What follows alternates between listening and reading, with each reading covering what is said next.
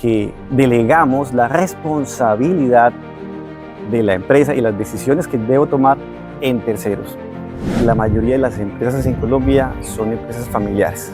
Muchas veces cuando se arranca un proyecto empresarial, se arranca como una idea familiar que termina siendo más un negocio que una empresa. Yo, por ser tu hijo, tengo el derecho de administrar tu empresa, cuando eso puede ser un graso error. Quien administre la empresa tiene que ser la persona que es competente para eso. Yo a los empresarios los invitaría a que se atrevan a ser atrevidos.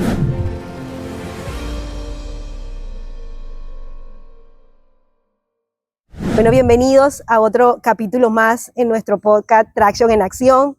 Hoy tenemos el placer de contar con Andrés Muñoz, una persona encantadora, docente, empresario, que nos compartirá un poquito desde su experiencia en esas dos facetas. Bienvenido, Andrés, a este espacio de Traction en Acción.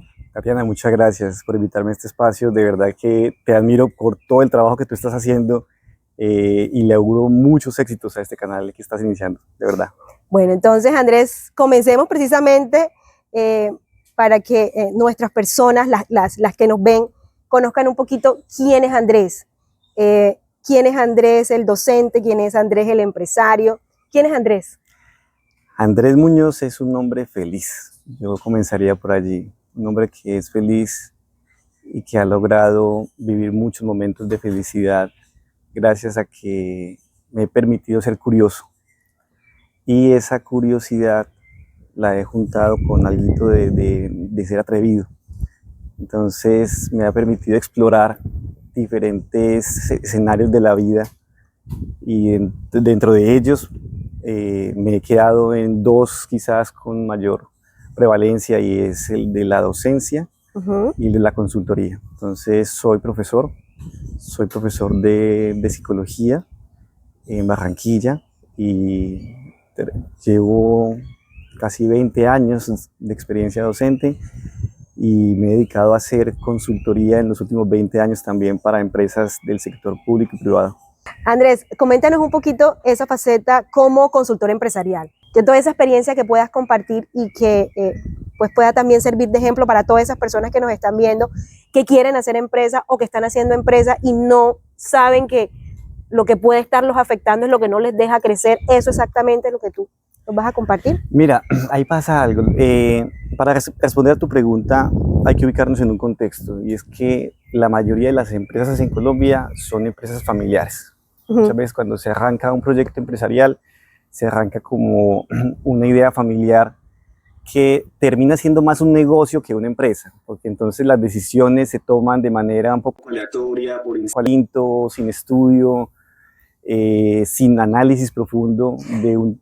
Me llama la atención, perdón que te interrumpa, negocio y empresa, y hacías la diferenciación, para explicarle un poquito a las personas que nos pueden estar viendo, ¿cuál es la diferencia? En las empresas se toman decisiones con cierto nivel de racionalidad, pensando en un proyecto empresarial. En los negocios uno decide aleatoriamente, hoy quisiera esto, mañana quisiera esto. No hay racionalidad. Por ejemplo, cuando yo digo, tengo una empresa y ya estoy mayor y entonces mi hijo la va a manejar. ¿Por qué? Si mi hijo quizás no es el competente para eso. Pero muchas veces operamos de esa manera. Hay un autor que se llama Max Weber que habla de ese tipo de sociedades, una sociedad que es legal en la que yo, por ser tu hijo, tengo el derecho de administrar tu empresa, cuando eso puede ser un graso error, porque quien administre la empresa tiene que ser la persona que es competente para eso. Puede que sea tu hijo, puede que no. Entonces muchas veces en las empresas nos enfrentamos a ese problema, y eso yo lo he encontrado mucho en mi experiencia.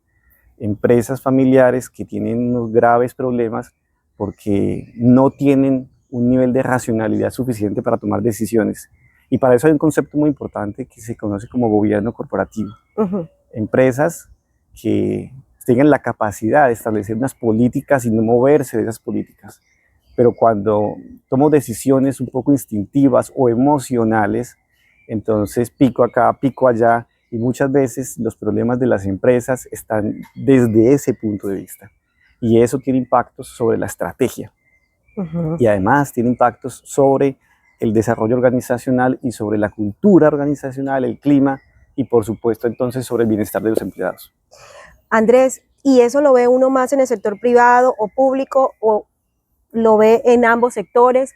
Y eso que nos acabas de explicar, bien interesante, se relaciona con los tamaños de la empresa, es decir, lo que tú nos acabas de explicar tiene un sector exclusivo, es decir, grande empresa, mediana empresa o microempresa, o se ve en todo. Mira, eso se ve en sector público y en sector privado. Ajá. En el sector, te pongo ejemplos, en el sector privado muchas veces ocurre que las personas que ocupan ciertos cargos lo pueden ocupar porque son familiares. En el sector público porque son amigos. Entonces se presentan en ambos lados. Ahora bien, ¿qué sucede? En ambos escenarios nos enfrentamos al hecho de que inevitablemente cuando tú incurres en este tipo de prácticas, esto termina afectando de manera importantísima todo lo que va a ser el desarrollo de tu propuesta empresarial. Y cuando uno no tiene en cuenta eso, pues evidentemente entonces comienza a tener tropiezos en el desarrollo y a veces eso conduce a que las personas piensen que es normal quebrarse. Y entonces decimos, no, es que uno es normal que se quiebren los negocios, depende, porque es que si es normal porque todo el mundo se quiebra, entonces es un error, porque estás normalizando una mala práctica. Si yo lo hago bien, quizás, no digo que sea fácil, pero quizás no tengo que caer en el error que cae mucha gente. Ok, y es independientemente del tamaño, o sea, uno lo ve en las grandes, en las medianas y en las pequeñas. Uno pensaría muchas veces que esos problemas son más propios en las empresas pequeñas, pero yo te puedo decir por mi experiencia que no. Eso ocurre en las pequeñas y en las grandes, con una implicación, y es que en las grandes, cuando ocurre, hace más estragos. ¿Por qué?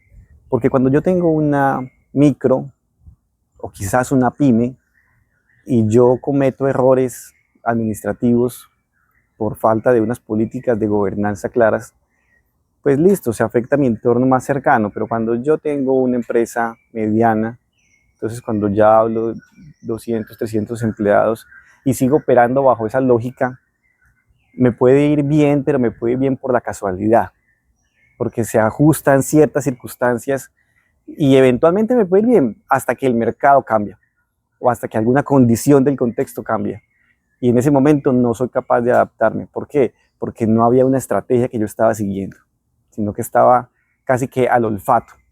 Y entonces eso termina generando consecuencias muy importantes. Yo conozco empresas que por lo que uno conoce como palancas entre algunas personas han tomado decisiones de vincular a empleados que luego terminan generando costos altísimos, altísimos para la empresa, al punto de que una en la que estuve apoyando en algún tiempo casi se quiebra y tuvo que despedir a más de 400 empleados.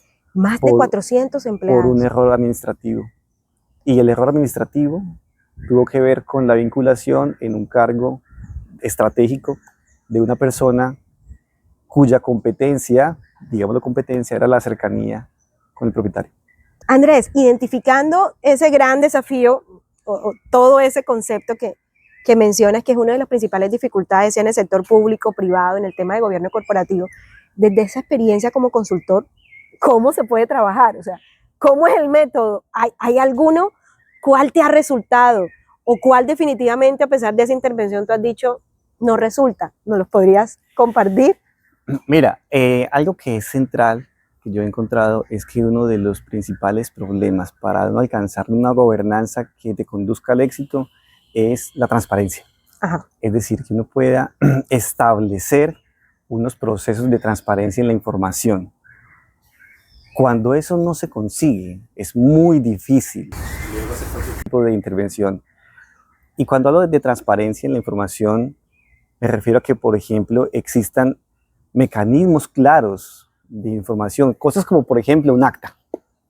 Muchas veces en las juntas directivas, yo he estado en algunas en donde no se hacen actas. Y entonces, si no se hace un acta, que es algo tan básico, sino que las decisiones se toman casi que si fueran en un asado. Libre, entonces, silvestre. Claro, entonces se repiten procesos y se repiten procesos, porque luego entonces a esta junta vino unos miembros que opinaban de una manera y en la siguiente vinieron otros que opinaban de otra manera y la empresa no va para ningún lado. Entonces el hecho de que la información quede documentada y que tengamos la fuerza para mantener las decisiones en función de la información documentada. Cuando eso en principio se logra, tú avanzas mucho porque entonces creas unos protocolos de conducta y de información y de toma de decisiones. Cuando no existe esto, entonces la empresa se ve abocada a una cantidad de reprocesos y se repiten y se repiten, y esto además genera unos problemas importantes en el clima organizacional, porque hay gente que sí se da cuenta que las cosas no están funcionando y se comienzan a frustrar y a frustrar y a frustrar. Y lo peor es que estos que se dan cuenta usualmente son los mejores empleados. Y los terminan Entonces, quemando. Quemas el talento humano por falta de transparencia. Y al final, cuando quemas el talento humano, ¿qué pasa? Ese rota, se va, el mercado los llama. Y tú te vas quedando con aquellos que, como tú, son informales en el manejo de la información. Y entonces, ¿qué te depara? Reproceso y reproceso, y claro, el mismo círculo y el mismo círculo. Y entonces los costos comienzan a acercarse al punto de equilibrio y luego uno dice, es que es normal, me quebré. Ok, entonces transparencia en los procesos, en la documentación, y luego de eso, de ese proceso, ¿cómo sigue trabajando el consultor en ese tema? Claro, entonces, ¿qué pasa? Las empresas deben obedecer a unos órganos de poder. Toda empresa tiene órganos de poder y uno debe tener la conciencia y la estructura para respetar eso. Entonces, una empresa, por ejemplo, tiene una asamblea, tiene una junta directiva, tiene una gerencia, tiene otros cargos de allí para abajo, y en la medida en que yo tenga claro cuál es mi rol y tú tengas claro cuál es tu rol, eso es transparencia. Y de esa manera, cuando todos sabemos hasta dónde llegan nuestras capacidades y posibilidades de acción, entonces la empresa puede fluir. Pero muchas veces, por ejemplo, nos faltan cosas tan básicas, y con esto quiero invitarte a pensar que esto no es un tema únicamente de la alta gerencia. Cuando yo, por ejemplo, soy un operador de carga en una empresa y yo no tengo claro un manual de funciones, por ejemplo, algo tan sencillo, entonces a mí me dicen, haz esto o haz esto otro, y yo lo hago porque yo no sé, pero eventualmente, ¿quién quita que otra persona que tenga el mismo cargo haga menos? Entonces tú te comienzas a sentir mal. Porque ¿qué es lo que usualmente pasa? Claro, pero yo ¿por qué hago esto? Sí, claro, pero es que no está documentado. Pero cuando todo está documentado, y aquí voy con la transparencia, cuando yo tengo diseños de puesto bien establecidos, y ese sería otro tip para el apunte. Los diseños de puesto tienen que estar bien establecidos, los manuales de funciones bien establecidos, porque el manual de función, el diseño de puesto, te indica qué haces, pero también hasta dónde llegas. Y te dicen quién eres tú en un organigrama. En ese universo. Cuando tú tienes eso claro y la empresa responde a eso y te trata en ese sentido, entonces las posibilidades de bienestar, de clima, de cultura, de baja rotación de personal que favorece la cultura, terminan aumentándose. Entonces, esto es un factor casi que multidimensional. Cuando hablamos de gobernanza, hablamos, como te digo, de unas políticas claras que permiten la transparencia, pero también de una cultura que permita sostener esa transparencia.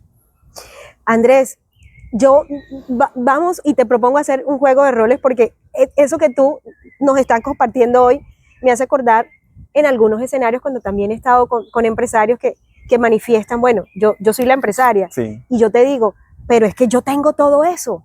Yo tengo mi manual de funciones, yo tengo mi diseño de cargos, están todos los procesos estandarizados, y aún así no consigo los resultados, o los resultados los consigo a un costo muy alto, la gente está desmotivada, hicimos una evaluación de clima y hay muchas cosas que trabajar y yo lo estoy haciendo, pero ¿en dónde estoy fallando? O sea, ¿cómo uno como consultor, teniendo ya un poquito más de conocimiento en eso que nos compartías, que me parece súper interesante, puede decir, aquí está la dificultad?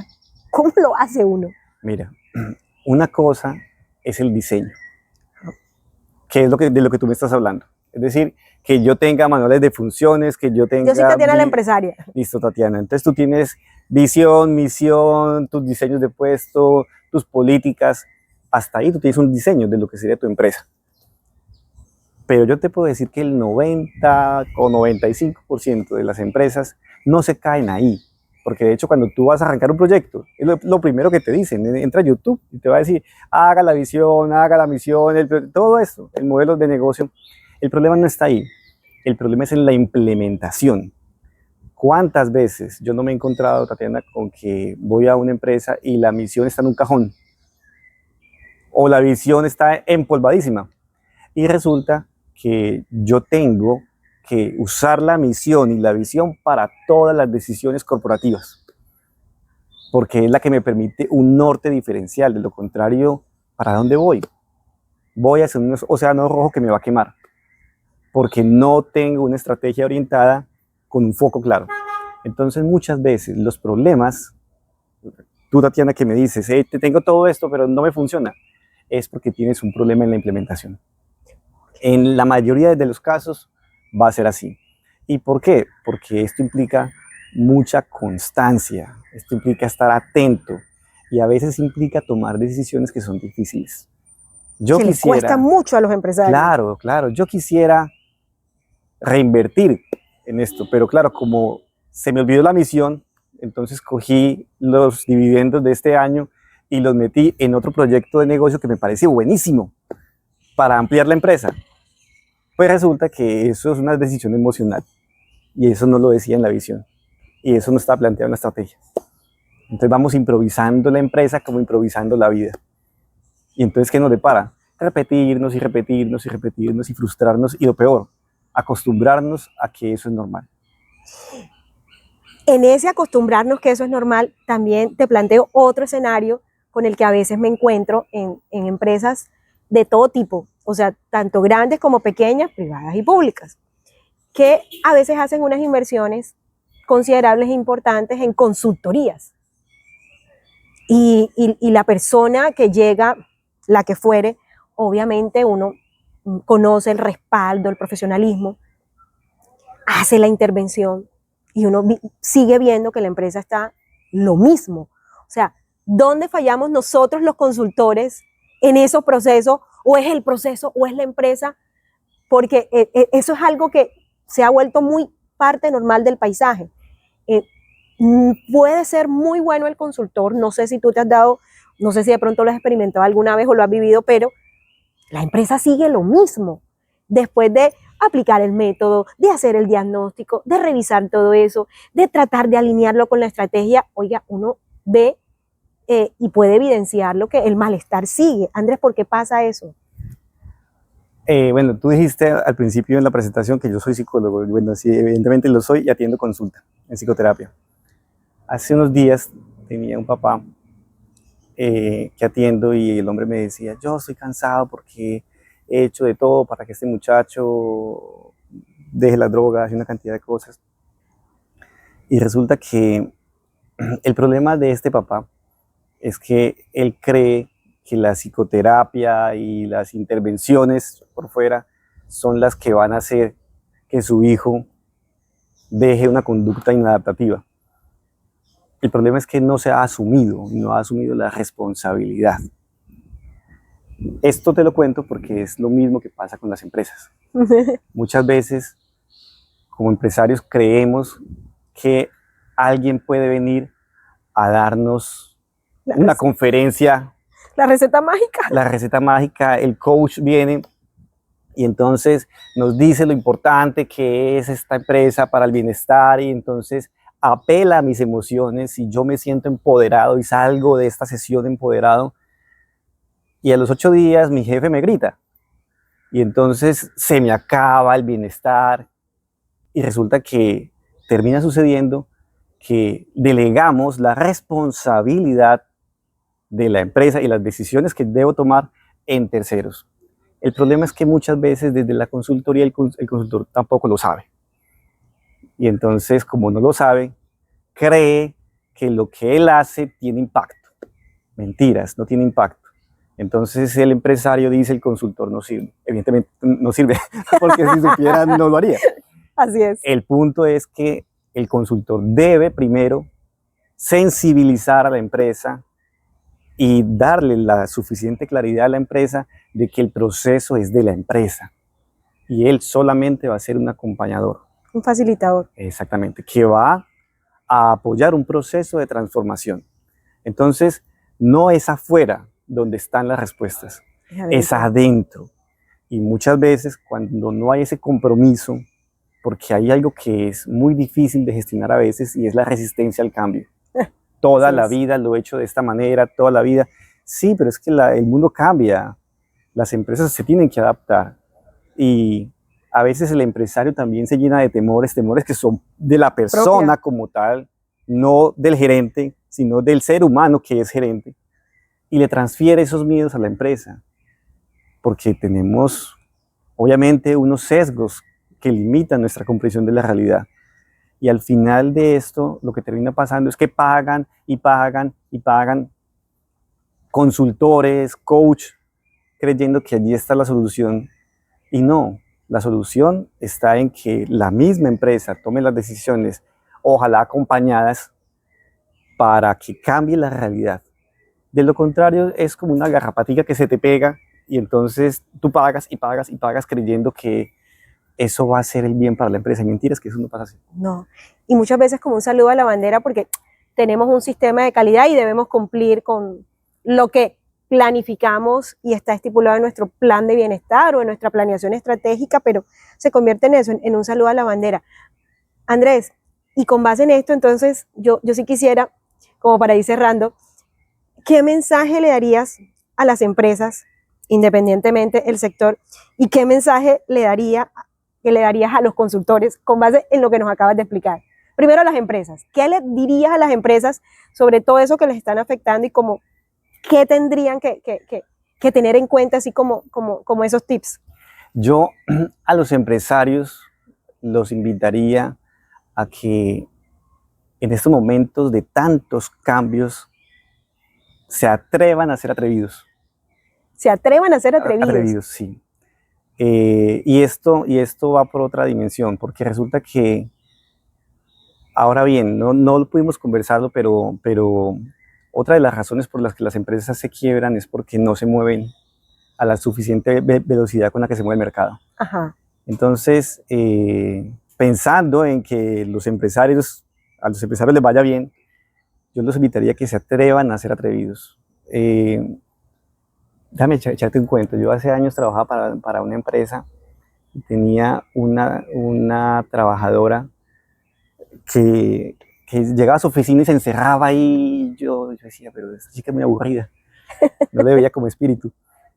Y un día ella fue a mi oficina y me dijo, señor Andrés, yo me voy a ir. Y yo, listo. ¿Qué vas a hacer? Voy a montar un negocio X. Y cuando ella se fue, me dijo, yo dije, ¿y por qué tomaste esa decisión? Y ella me dijo, me voy porque es que el mundo es de los atrevidos. Y hoy en día esta persona es una súper empresaria de Barranquilla. Entonces, a eso voy. Hay que atreverse y no tenerle miedo al cambio. Yo le diría eso a los empresarios. Y además les diría que se atrevan a pensar las empresas como empresas, no como negocios. Que se atrevan a formalizar la toma de decisiones, a estructurar la toma de decisiones. Súper importante. Con eso, compras muchas boletas para que tu destino no sea el discurso normal de que me quebré. Y para los consultores, Andrés. Ay, pues para los consultores te diría que... Ese suspiro sonó como... Sí. Es que mira, hay como dos tipos de consultores. Y yo diría que ambos de buena fe. Entonces hay consultores que están muy enmarcados en todo lo que son procesos emocionales y están convencidos de que desde allí se logra un alto impacto empresarial. Y eso no es así. Desde allí tú lo que tienes son momentos de motivación específicos que alteran el bienestar organizacional temporalmente para luego volver a repetirse. De acuerdo. Entonces, y creo pensar que no lo hacen por maldad, sino que lo hacen por desconocimiento. Por otro lado, hay otros que están muy orientados específicamente en los procesos estructurales, Entonces, usted no le va bien si no hace esto, como si fuera una receta. Sí. La consultoría no puede ser entendida como una receta. La consultoría tiene que implicar que tú como consultor seas capaz de saber que tú dominas métodos, pero no dominas mercados.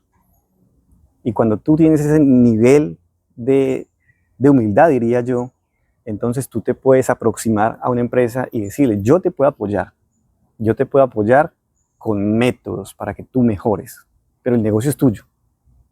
Entonces a veces desde la consultoría se tiene miedo porque entonces yo no sé de empaques plásticos y voy a una junta directiva como si supiera. No, yo de eso no sé. Yo sé de consultoría y sé de métodos de consultoría. Ahora bien, si a eso el consultor le agrega el componente humano, wow, de respeto a las personas y de valía de las personas, yo creo que ese consultor se complementa muy bien. Entonces, despertar la sensibilidad para entender que cuando hablamos con empresas, hablamos es con grupos sociales que sienten emociones y que a veces se sienten vulnerables, porque en los contextos organizacionales ocurre lo mismo que en los contextos sociales más amplios. A veces en un contexto social yo estoy contigo y si no me caes bien pues no estoy, ya. Pero en la organización no tengo opción, porque estamos vinculados por un contrato laboral. Pero es que si además tú me gritas, si me maltratas, si yo me quiero ir, no puedo porque tengo que pagar el arriendo y tengo que pagar el colegio de los niños. Entonces las ansiedades en los contextos organizacionales se elevan mucho más. Por eso un consultor que no tenga en cuenta la sensibilidad humana, yo creo que no pudiera hacer una labor que sea significativa en el largo plazo. Y un consultor que no maneje métodos de intervención, infortunadamente va a creer que lo hace bien, y no lo hace. Y no lo hace bien. Y va a estar abocado a que siempre busque o lo busquen nuevos clientes. Porque sus clientes no le van a repetir una consulta. Al final terminarán en otra cosa. Andrés, qué cantidad de mensajes súper poderosos tanto para las empresas como para los consultores. Andrés, muchísimas gracias por tu tiempo. A ti, me faltaba. Muchísimas gracias por tu tiempo. Sé que empresarios, emprendedores, estudiantes, que nos puedan ver de cada una de las cosas pues, que hemos conversado y que has puesto sobre el análisis, va a ir comenzando como a generar un poquito esa sensibilización o nivel de conciencia frente a situaciones que no lo veíamos como tan de esa manera. Por ejemplo, eso que nos conversabas al principio de ese problema común entendido entre otros temas como gobierno corporativo, con las connotaciones que nos mencionaste, de pensar como empresa y no como negocio. Así es. Desde el ejercicio de la consultoría poder tener como ese equilibrio perfecto entre los métodos y la parte humana y esa sensibilización para realmente sentir que pues tú estás sirviendo y estás aportando y estás facilitando pues el proceso a las empresas y que también como ser humano vas creciendo. De verdad, muchísimas gracias por tu tiempo, por compartir con nosotros. A ti, muchas gracias. Andrés, ¿dónde te podemos encontrar? Bueno, si les interesa me pueden escribir. Es Andrés Munoz con Z 26 @gmail.com. Y bueno, con la universidad con la que yo trabajo podemos pensar procesos de apoyo a empresas sin ningún problema.